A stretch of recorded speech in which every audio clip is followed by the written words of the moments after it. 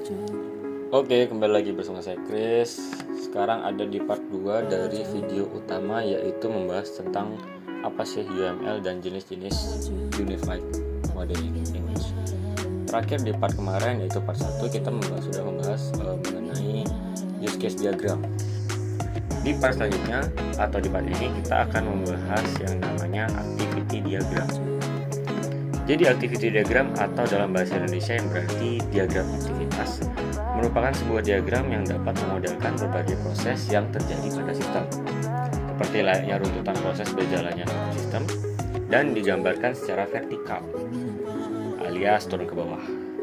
Activity diagram ini adalah salah satu contoh diagram dari UML dalam pengembangan dari use case.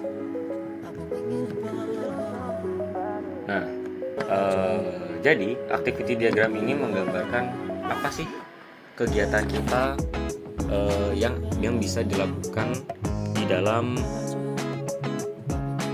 sebuah sistem. Jadi kita bisa tahu apa saja aktivitas kita yang bisa kita lakukan setelah kita ada di sebuah sistem. Jadi kita langsung lihat contoh activity diagram. Nah, ini adalah contoh activity diagram login. Jadi di sini kita sekalian aja ada user, ada sistem, dan ada database. Sudah ada di kepala gue kalian nanya tentang apa itu start, apa itu login, kenapa bulat, kenapa kotak, kenapa ada segitiga di sana. Nah, yuk kita bahas satu-satu ya. Jadi kita langsung saja seperti biasa, kita new, kita activity diagram, kita ketik aja activity diagram. Ini tinggal klik, tinggal oke. Udah jadi, maksudnya udah keluar, belum jadi. Jadi untuk di pertama yang harus kita buat adalah ini klik ini, kita sesuai yang kita lihat tadi, yaitu vertical swim lane, atau mungkin di sini dikenal partition. Jadi tadi kan ada 3 partition ya, jadi kita tambahin lagi satu di sini, add vertical partition. Itu cara nambahin partitionnya. Jadi ini kita tinggal ganti aja user, terus ini kita buat sistem, dan ini kita buat database. Jadi ada partition user, ada partition system, dan ada partition database. Ya, inilah yang disebut swim lane. Jadi swim lane ini memisahkan organisasi bisnis yang bertanggung jawab terhadap aktivitas yang terjadi. Jadi sesuai dengan itu, jadi ini adalah swim lane yang memisahkan antara user, sistem, dan database. Jadi kita bisa lihat jelas. Nah, sama seperti activity diagram yang lain, kita perlu yang namanya initial node sebagai jadi inisial kalau sistem ini di start atau dimulai. Setelah kita buat kita contohnya, nah kita buat yang namanya activity. Jadi activity di sini adalah sistem. Jadi aktivitas yang dilakukan sistem yang biasanya diawali dengan kata kerja. Contoh seperti ini, kita login. Jadi anggaplah kita mau login. Cara hubungin start ke login itu sama kayak activity use case diagram kemarin. Tinggal kita klik ini, kita klik control flow ke activity. Jadi control flow ke activity, lalu kita tinggal pilih saja login. Nah, dia akan langsung kayak gini. Setelah itu kita buat database. Jadi di sini kita nggak bisa download juga ya, karena terbatas sama bandicam yang trial, nggak full. Jadi gua agak bangkrut ya. Jadi ada login dan ada activity. Jadi activity di sini adalah sistem akan ngecek database. Jadi setelah login, sistem akan ngecek database. Ini memang kurang besar, jadi sedikit dikit. Nah, jadi setelah login, sistem akan cek database. Di sini dia akan melakukan pengecekan di database. Jadi itu tadi kita nggak bisa buat lama-lama juga. Jadi ini tinggal kita control flow ke activity, langsung cek database. Jadi akan langsung mengarah ke sini.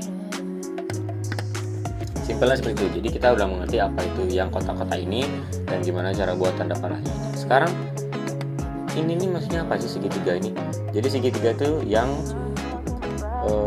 ini decision node. Jadi seperti bahasa Inggris yaitu decision node. Jadi ini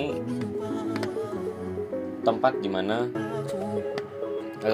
sistem tuh milih.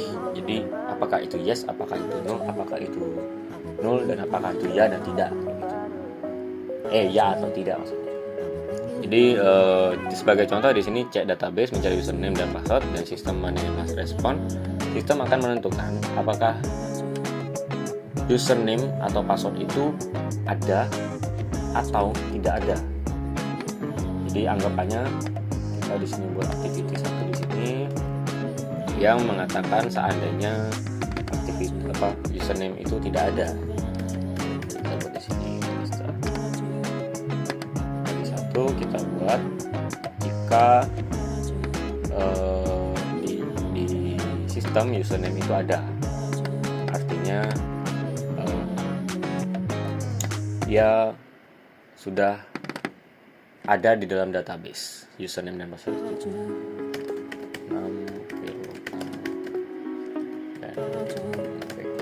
Jadi caranya ini tinggal kita klik, terus kita bawa ke activity, terus kita register bagi satu, kita klik ini juga, terus kita bawa ke menampilkan landing page. Nah, lanjut. Jadi di sini kita bisa kasih nama alias kata-kata tidak ada, dan ini juga kita bisa pindah ke atas. Ini kita bisa kasih ada. Jadi seandainya username ini kita sebutnya validasi. Jadi saat di validasi ini sistem akan menentukan dan memberitahukan apakah username dan password itu ada atau tidak ada. Dan jika dia tidak ada, kita lihat ini mungkin lebih jelas. Dan jika dia tidak ada, sistem akan menyuruh user untuk register. Sebaliknya, seandainya di sistem ditemukan bahwa username dan password itu sudah ada, maka akan langsung ditampilkan landing page oleh sistem seperti ini.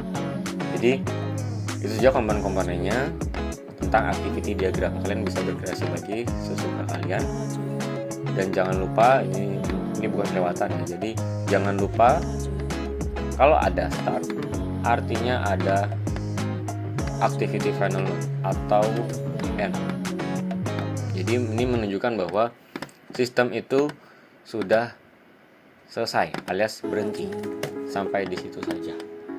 Ya, jadi oke, terima kasih telah menonton part kedua dari video apa sih itu UML. Mungkin kalian belum melihat kesimpulan seperti apa, mungkin masih ada waktu.